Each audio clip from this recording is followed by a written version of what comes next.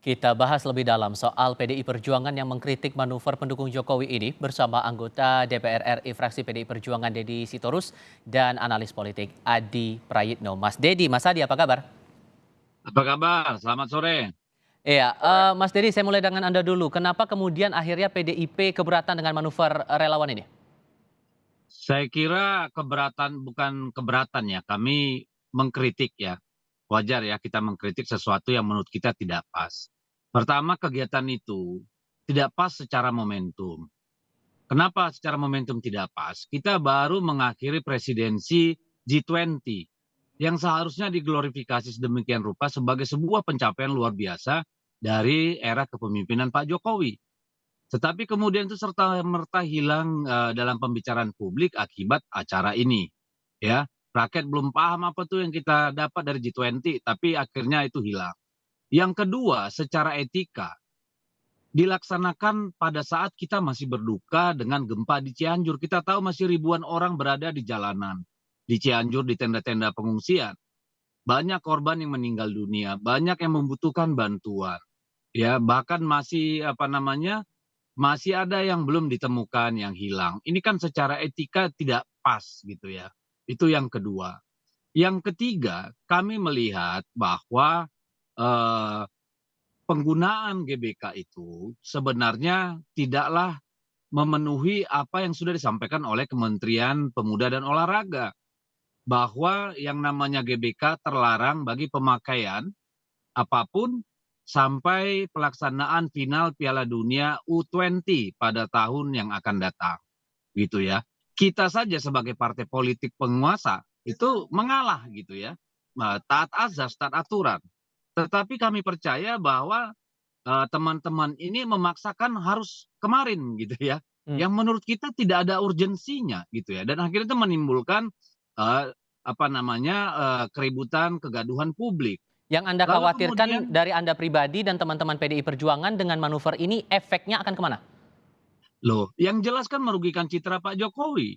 Hmm. Ya, yang pertama bahwa seolah-olah ini kan nabrak aturan yang sudah digariskan oleh Kementerian Teknis. Itu kan sangat tidak baik ya buat buat buat Pak Jokowi juga buat kita gitu ya. Itu kan tidak bagus gitu. Lalu kemudian ketika orang menyoroti bahwa ini kita di Cianjur masih begini lu udah ngumpul-ngumpul gitu ya. Itu kan juga akan merugikan Pak Jokowi gitu ya. Padahal kita tahu sendiri Pak Jokowi itu 2 kali ke Cianjur Hmm. dan itu hilang gara-gara apa? Gara-gara acara ini gitu. Lalu kemudian kita juga pada hari pelaksanaan, sebelum hari pelaksanaan sudah mendengar banyak sekali pertanyaan-pertanyaan dari relawan-relawan sendiri tentang penyelenggaraan acara ini. Karena berbagai macam isu dilempar yang menurut kami itu bisa merugikan kewibawaan presiden, martabat presiden juga soal orang yang datang dibayar dengan berbagai varian ongkos lah namanya atau apa gitu ya. Ini kan juga menimbulkan cakwasangka publik dan itu sangat merugikan pemerintahan kalau menurut kami gitu loh. Eh, Lalu kemudian mhm. juga pada hari pelaksanaan banyak sekali beredar video yang bernada miring. Ya, yang mencoreng wajah gitu. Tidak saja Pak Jokowi tapi kekuasaan atau pemerintahan secara umum gitu dan kita harus menjawab itu kepada publik dan kepada media gitu loh. Mhm. Nah, Mas Adi, Anda punya pandangan sendiri soal ini. Wajar tidak kemudian akhirnya PDI Perjuangan bereaksi seperti ini? Yang pertama yang ingin saya katakan bahwa relawan itu adalah replika politik dari Jokowi. Merah kata Jokowi dan merah kata Jokowi. Jadi sebenarnya semua relawan yang dikritik oleh banyak orang dan dikritik oleh teman-teman itu kalau mau jujur sebenarnya harus bisa mengkritik presiden. Karena apapun judulnya, tidak mungkin itu relawan tidak berkoordinasi, tidak instan, politik dan firm sebenarnya. Makanya saya dalam berbagai kesempatan mengatakan Mhm. bahwa teman-teman PDIP, kelompok-kelompok aktif, ataupun para netizen, terutama teman-teman PDIP, ini kan sebenarnya kritik sasaran antara kepada relawan itu. Yang sebenarnya ingin dituju langsung adalah istana, tepat? Kan tidak elok mengkritik PDIP, atau tidak elok kalau kemudian PDIP mengkritik Jokowi secara terbuka. Hmm. Kritik relawan. Jadi saya melihat relawan itu adalah wajah lain dari replika politik Jokowi. Yang kedua yang saya pahami, Jokowi itu tentu sepertinya kelihatan punya subjektivitas soal preferensi pilihan politik untuk 2024 ya. Kalau bicara tentu tidak otoritatif karena Jokowi bukan pemimpin. Pastinya yang lebih otoritatif adalah Megawati Soekarno Putri sebagai VP yang bisa menentukan siapa soal kandidasi yang layak untuk diusung untuk 2024. Makanya kalau kita cermati dalam kalau ada acara relawan Jokowi, beberapa waktu yang lalu acara Projo misalnya di Magelang, Jokowi juga bicara tentang Pilpres. Bicaranya memang ojo khusus, tapi di situ kan endorse Ganjar Pranowo misalnya. Yang kedua katakan sebenarnya, saya membaca tidak nyamannya teman-teman PDIP itu di luar apa yang disampaikan oleh Bang Deddy Sitorus ya soal penggunaan GBK yang memang tidak boleh, soal mencoreng citra presiden dan itu hal yang saya kira cukup sensitif karena kemarin Jokowi itu kembali kelihatan terdengar mengendorse si rambut putih yang kemudian diterapkan sebagai Ganjar Pranowo kan itu yang sebenarnya membuat nggak nyaman berbagai politik di negara ini. Itu Nah, saja. menurut Anda nih Mas Adi, maaf saya potong, dengan kode-kode yang sudah disampaikan Jokowi dalam acara itu, Anda melihat bahwa ini sebatas alternatif yang ditawarkan oleh Jokowi untuk capres berikutnya atau ada nilai lain mungkin yang Anda lihat? Kalau saya membaca Jokowi itu punya preferensi personal ya soal pilpres di 2024. Kita masih bagaimana chemistry misalnya ataupun gerak tubuh Jokowi bahwa untuk urusan 2024 Ganjar adalah yang diprioritaskan. Bahwa Jokowi misalnya sempat mengendorse Prabowo Subianto, tapi kalau dilihat anatomi kekuatan politik secara umum, tentu Jokowi pastinya memprioritaskan Ganjar Pranowo. Argumennya saya kira tiga hal. Pertama, Jokowi dan Ganjar ini sama-sama kader PDIP gitu. Yang kedua, basis pemilih Jokowi itu migrasi mayoritasnya kepada Ganjar Pranowo. Dan yang ketiga, Jokowi itu adalah orang yang sepertinya cukup meyakini survei variabel penting Hmm, yang kemudian sebagai standar untuk mengusung oke.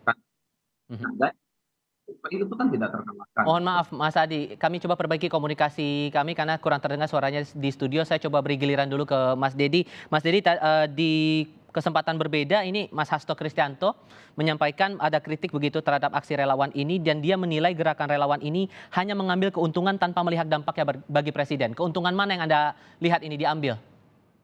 Sebelum saya jawab itu, saya jawab dulu yang dari tadi Mas Iwan ya. Hmm, Yang pertama soal presiden mengendorse apa namanya calon presiden gitu.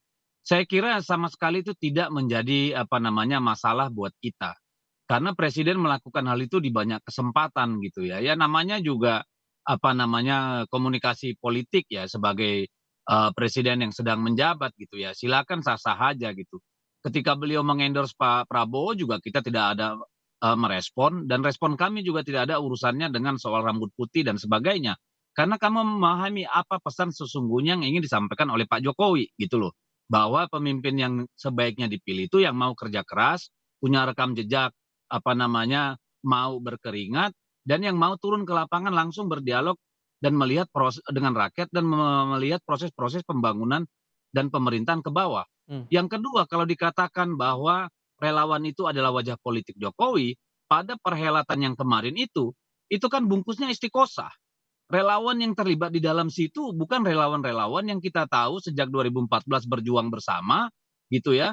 Lalu mempunyai jaringan dan massa yang kita tahu signifikan gitu loh. Jadi kebanyakan itu kan massa memang didatangkan untuk istiqosah oleh staf khusus presiden gitu ya. Itu orang istana gitu. Jadi kalau dibilang itu peta relawan ya sama sekali jauh panggang dari api gitu. Nah, kalau ditanya apa keuntungan yang dapat relawan, saya kira begini, ada relawan yang benar-benar ya, relawan ini bermacam-macam. Relawan ada yang memang aktif hanya ketika pemilu karena sepakat dengan visi yang disampaikan oleh calon pemimpin, lalu kemudian setuju dengan apa, suka dengan orangnya, lalu dia menjadi relawan dan aktif ketika pemilu lalu bubar. hmm. Lalu kemudian ada relawan yang apa namanya, kemudian meneruskan kelompoknya untuk mengawal pemerintahan misalnya. Tapi ada juga relawan ini yang kan memang cuma kutu loncat kekuasaan. Hmm. Hanya untuk bermanuver-manuver gitu ya, untuk selalu berada dalam apa namanya, orbit kekuasaan gitu. Ini yang kita maksud dengan petualang-petualang yang ingin hanya mengambil kesempatan gitu. Jadi sebenarnya kritik kita pada acara ini secara waktu, secara tempat itu sangat-sangat tidak bisa kita tolerir gitu. Oke. Kalau itu dilakukan mungkin seminggu, 2 minggu lagi setelah persoalan Cianjur beres dan kita tidak memaksakan di Senayan, saya kira PDI Perjuangan tidak akan Hmm. terlalu berkomentar urusan kegiatan seperti ini gitu loh. Nah, Mas Adi, Anda melihat dari event ini ada upaya menubrukkan kepentingan antara relawan dengan kepentingan partai politik? Saya kira tidak ada ya.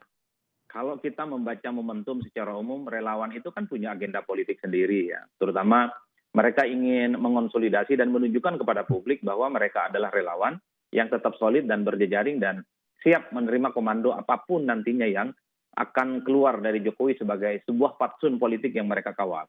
Kalau kita dengar video-video yang kemarin muncul di GBK itu, mereka selalu mengatakan bahwa siap menunggu komando presiden.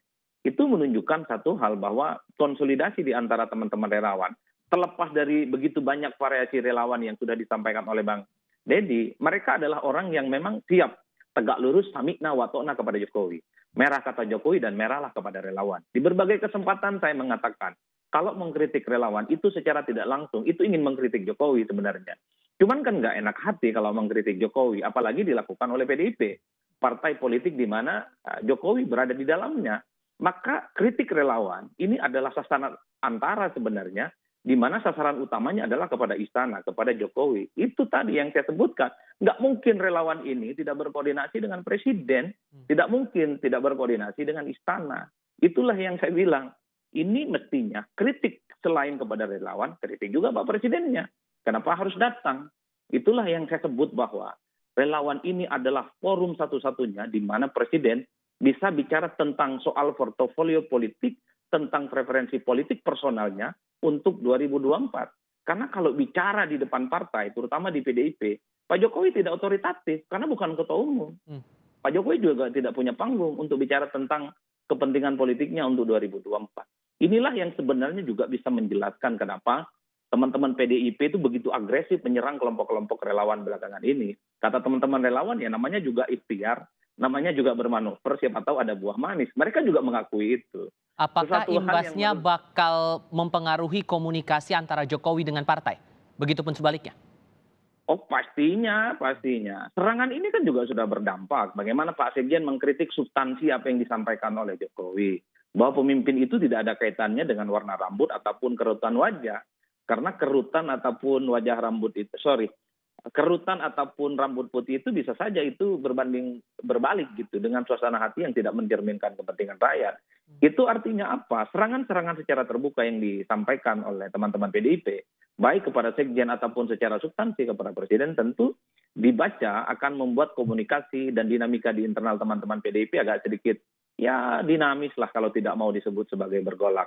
Tapi kan PDIP punya jalan sendiri untuk mengakhiri ini semua. Dulu ketika Jokowi diprotes habis-habisan, dianggap mengendorse Ganjar Pranowo di acara Projo di Magelang, setelah itu kemudian happy ending.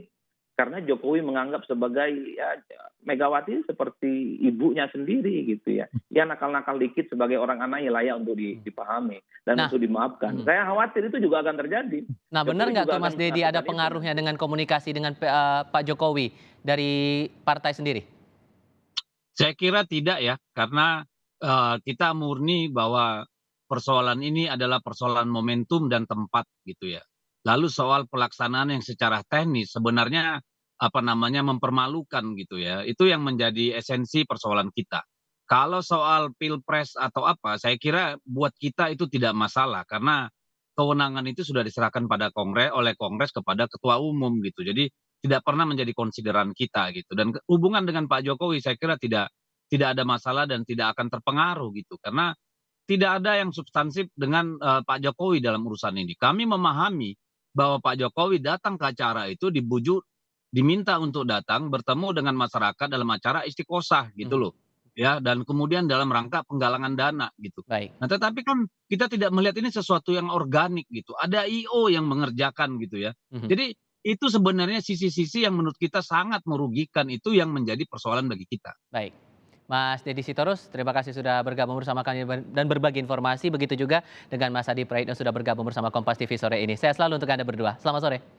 Yuk, makasih. Selamat sore.